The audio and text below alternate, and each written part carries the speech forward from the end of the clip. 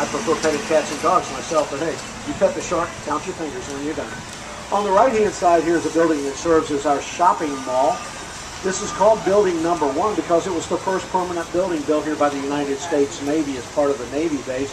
It originally served as a sail loft and then later as a coaling station for those Navy vessels. On my right is my favorite building on the island. This big pile of red bricks kind of resembling a gigantic Pizza Hut. That was called the Customs House when it first opened in 1890. It was the site adhering to the sinking of the USS Maine. It's now known as the Key West Museum of Art and History.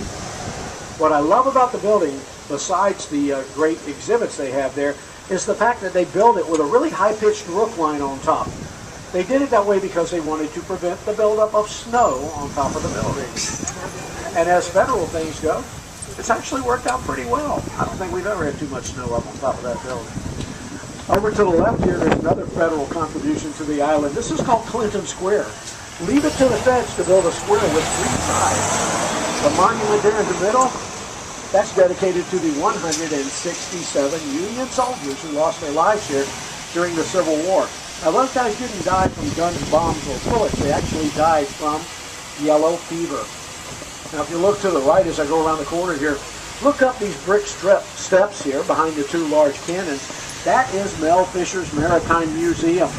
In 1622, 2 Spanish galleons, the Atocha and the Santa Margarita, they sank during the hurricane about 30 miles west of here. Well, in 1985, Mel Fisher and his crew uncovered the absolute motherlode of treasure. So far, they've brought up over $400 million should be coming worth up of on gold, the right, I believe. silver, emeralds, rubies, diamonds, artifacts of all kinds. A lot of that booty is on display in there. They'll even let you pick up and hold one of those gold bars that they found. But before you leave the museum, they will pry your fingers off of it, I promise you. It's not a souvenir. On the right-hand side, some large green wrought iron gates called the Presidential Gates, opened most often over the years for Harry S. Truman. His little White House museum is right down the street there. And those gates were opened most recently for Bill and Hillary Clinton. They came here for a few days, stayed down there at the little White House, and the rumor on the island is that Bill and Hillary actually stayed in the same room.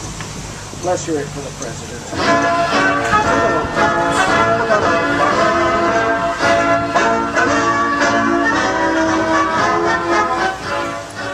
Now look to the left of the train. You're going to see a very unusual tree called a banyan tree. Member of the ficus family of trees. These are native to India. They spread horizontally like that as long as they have room. The largest one of those trees in the world, though, is located in Maui, Hawaii. And that tree in Maui covers 4 acres of property. I see a lot of heads shaking up and down. Yep, a lot of people have seen that tree. Now, as I go through the next intersection, if you look over to the far right behind the parking lot, you're going to see a brick structure designed to resemble one of our Civil War era forts.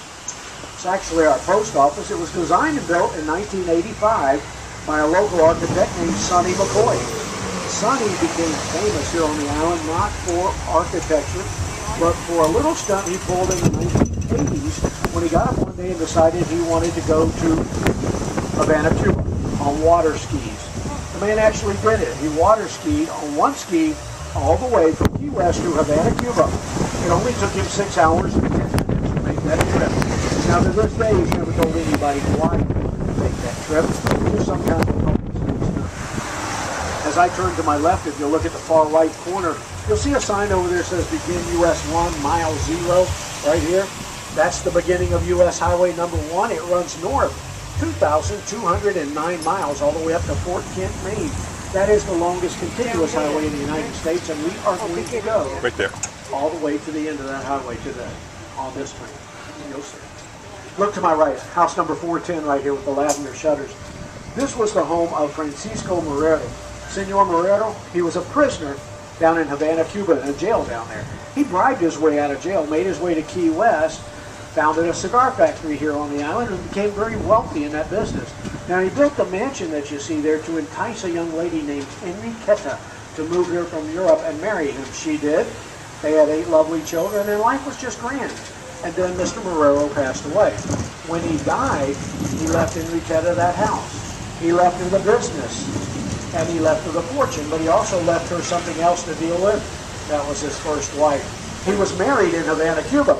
Now, he had to leave the island in kind of a hurry, so he never got around to getting that divorce. Well, the first wife heard about the fortune.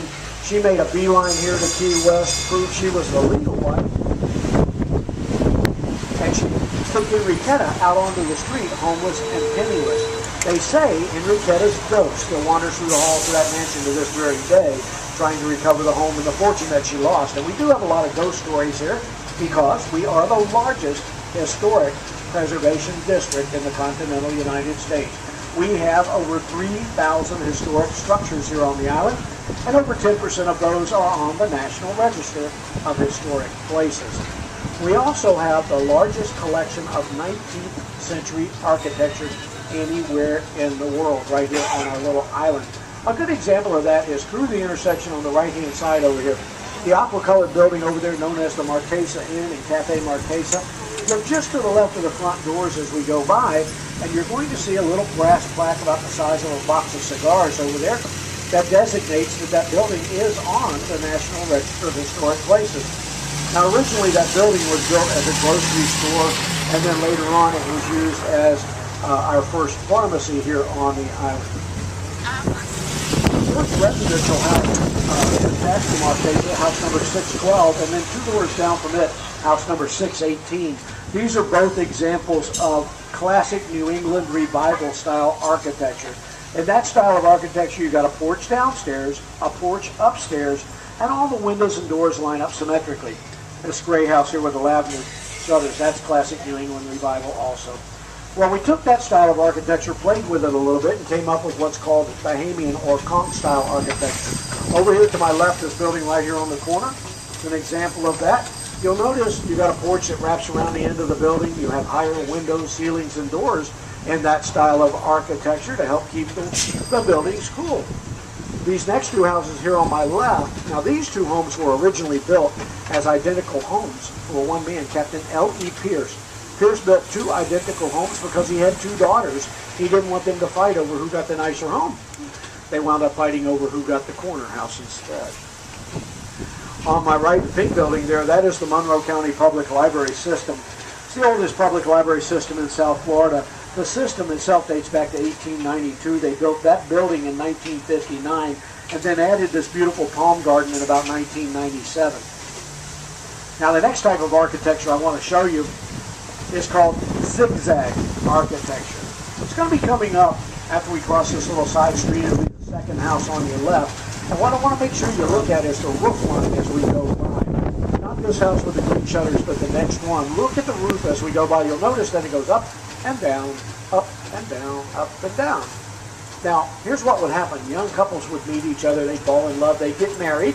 They'd build the first section of that house. Then as they would zig and zag, the family would grow. They'd add section after section as they needed them. The valleys between the sections were great for catching rainwater, for drinking water.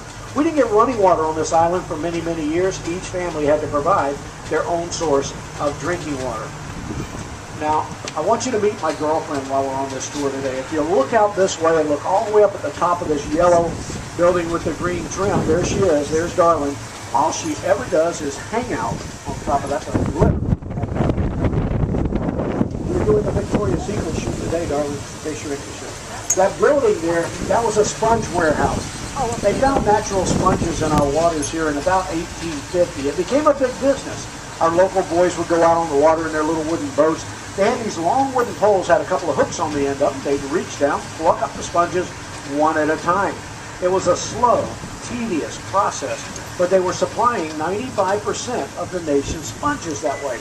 Well, around 1900, these Greek diver guys showed up there. Now, those guys, they had the suits, you know, with the big helmets and the boots. They could walk around on the bottom and gather up the sponges by the armload. Our local boys, they didn't think that was especially fair, so if they met each other at night in the bars and saloons, some of that two-fisted conversation would apparently take place. And finally, the Greek guys left the area. Life returned to normal until 1938. That's when a red tide struck this area and destroyed all of our sponge beds. We'd lost an industry, and what you'll learn today on this tour is that we do lose a lot of industries here on this island.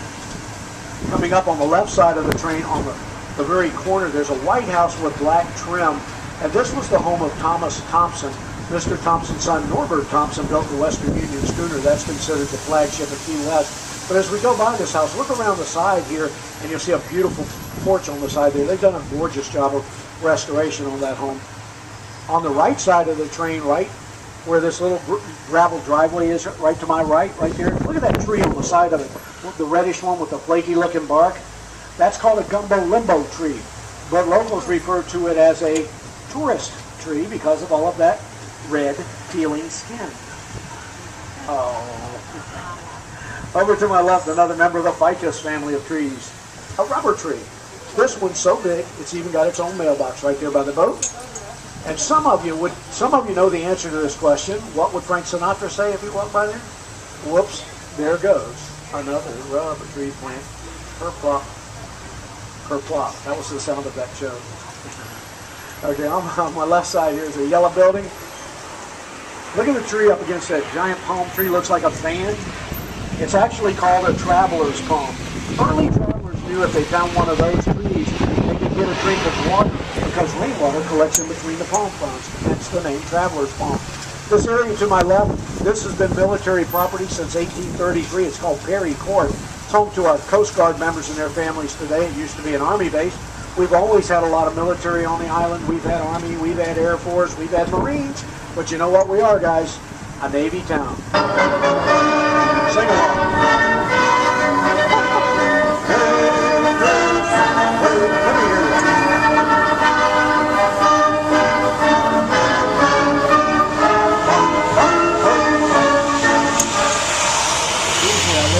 About this time, and I see at least one guy with his fingers in his ears. That would be a Marine. Marines aren't real crazy about that song for some reason. I don't know. Navy fight song, Marine, something going on there. Over here to the left, you're going to see an open area behind this next white picket fence. It is actually a military cemetery. Now there's only one marker right in the very middle, and the reason is they came in here in the 1920s and pulled all the graves out and took them up to Pensacola, Florida to a larger cemetery. Well, in 1991, they were doing some work in there. It turns out they missed a couple of graves. It was rededicated as a military cemetery. The marker was placed there, and it's going to remain that way from now on. This area is Old Town Key West. Most of the homes you're going to see in here today were built in the 1850s, 1860s era. They were built by ship's carpenters, not architects. They used a technique called mortise and tenon joints to hold the house together along with the nails, but that allows the houses to have a little bit of sway and give in the sometimes hurricane force winds that we occasionally get here on the island.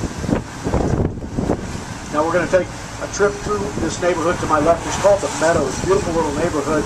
And no two of the houses are alike. They all have one thing in common. Now we're going to play,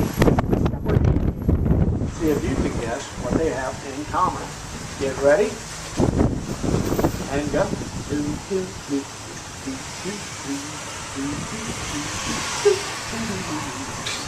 Any guesses yet? I don't hear it. What do they have in common?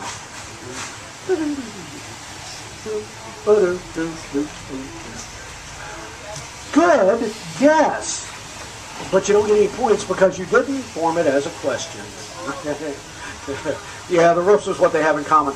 We had a terrible fire here in 1886, but before I tell you about that, one of the reasons for the roofs, I got a little ahead of myself there, one of the reasons for the metal roofs was collection of rainwater. We didn't get running water until 1942. That's when the Navy built a pipeline here from the mainland. But the major reason for the metal roofs was the fire we had in 1886. That fire destroyed over half the buildings on the island. Our local family sat offshore watching while their city burned. And what they noticed was the flames were spreading by leaping roof to roof to roof on the buildings with wooden shingles in those days. So when they came back and started to rebuild, a law was passed mandating the use of the metal roofs that you see here today. Now we always have something blooming here on the island. There's a lot of tropical vegetation here. I want to ask you another Jeopardy question. What color are the flowers on a bougainvillea? Anybody know?